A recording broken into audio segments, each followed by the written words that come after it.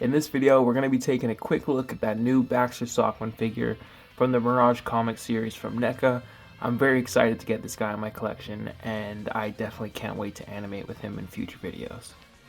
On the side of the box here, you can see he's number 15 from this Mirage series, and you got a really dope shot of the Mouser there, and Baxter Stockman himself. On the back, you can see he's got a couple cool product shots of the figure, him working on the Mouser there. And if I recall correctly from the book, I think that's a display of the city. He was threatening to like blow up the city if he didn't get like a certain amount of money, from what I recall from those books. The to be continued there. I can't wait to pick up that Rat King. I'm definitely on the hunt for that guy. And again, on the side here with all of the Mirage stuff, there's a really dope shot of Baxter and the Mouser there. I love the art on all of these. Don't really think there's much to say about the box. I am very excited to open this guy up, so let's jump straight into that. I was kind of like talking about these in one of my last videos, but please chill with these.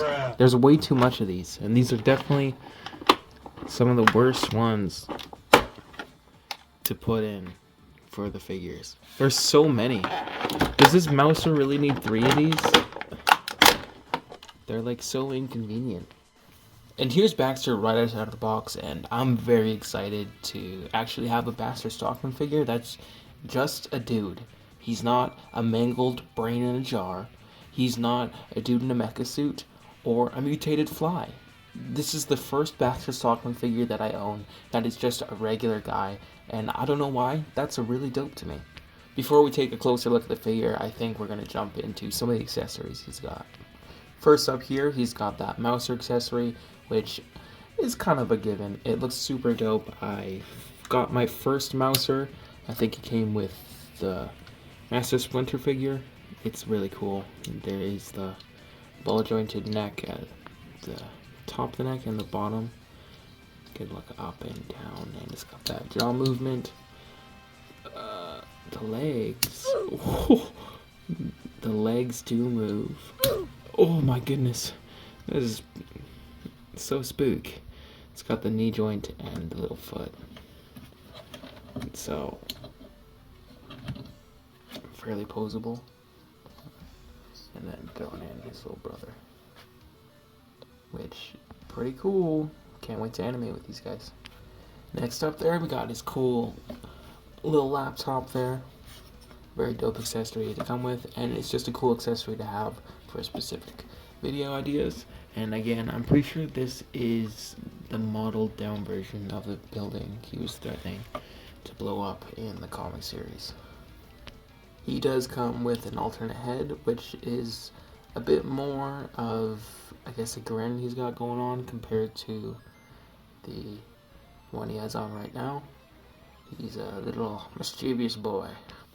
And the different sets of hands he comes with. It is got the opening hand here, another hand to hold something. This is a dope hand to come with. It's got the pointing hand so he can send out his Mousers to attack, and a bit more of a dramatic kind of gesture hand as well. I kind of like if this thing would focus. Now that we've got some of the accessories out of the way, I think it's time to jump into some of the articulation and then pose this dude around. So first up here, I'm going to be going through the articulation for the first time as well. It looks like there is 2 joints at the base of the neck and the top. It's got a very good neck pivot there, which I enjoy so much on figures when they have the pivot. It just adds so much more expression. Man, you saying, man, you telling me you messed up my Mousers, bruh? He's got the ball jointed head, and yeah, looks up very high, down, and then obviously the left to right with the tilt. Arms will go out 90 degrees, and then they'll spin all the way around. Very good double jointed knees here. He can punch himself in the head apparently. Kind of whoa, didn't know you were taking me to the gun show, Baxter. Look at this. I've never seen double jointed elbows like that before, but they do bend in very far, so, and I guess it doesn't look too goofy, but like hitting this pose. Oh my god. Damn, quit flexing on me, bro. And with the hands, there is the hinges on all of them, and they all will turn as well. There is the waist joint. It's crunch forward and back. Let's see what's going on there.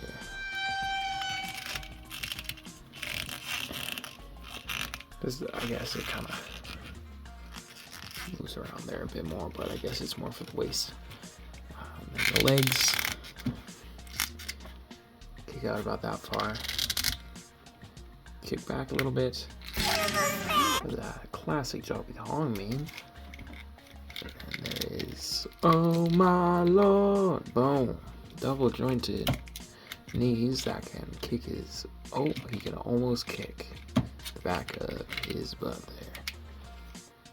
Dang, he hit that stanky leg. And down the shoes, there is a pivot down, goes up a little bit. Oh, got that. There's the ankle pivot that turns under the pant leg there. I feel like there's a pivot on the shoe as well, but it's not really wanting to work with me, and I don't want to snap it. Alright, so now I think it's time to jump into some different size comparisons.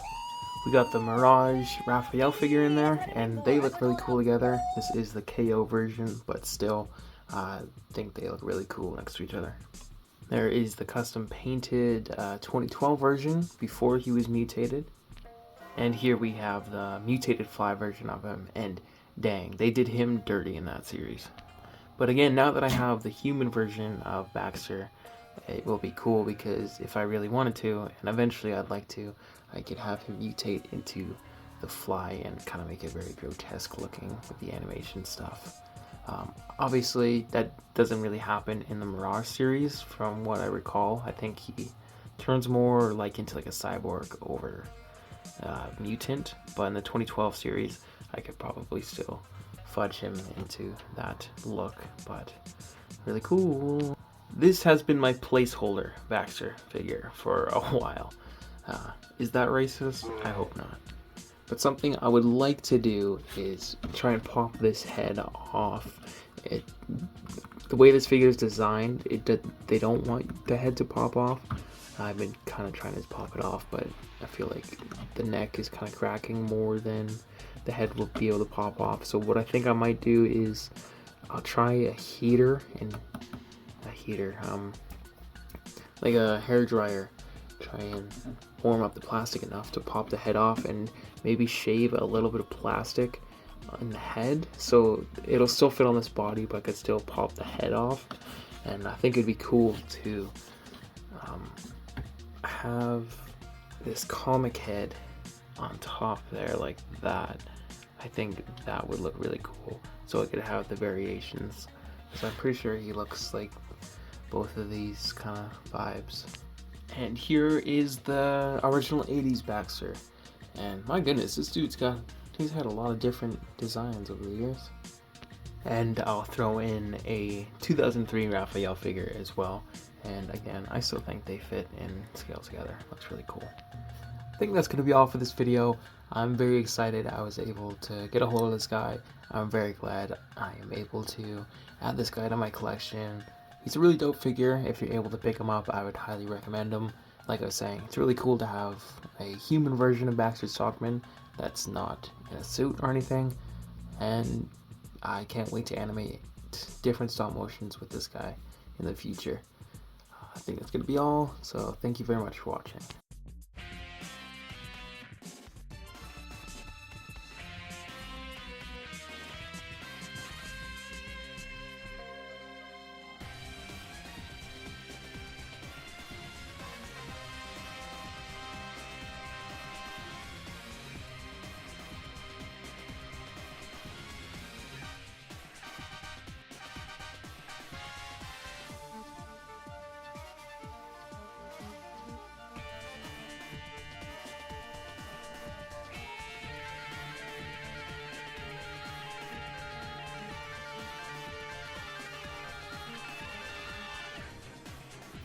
And here's Baxter. Fuck.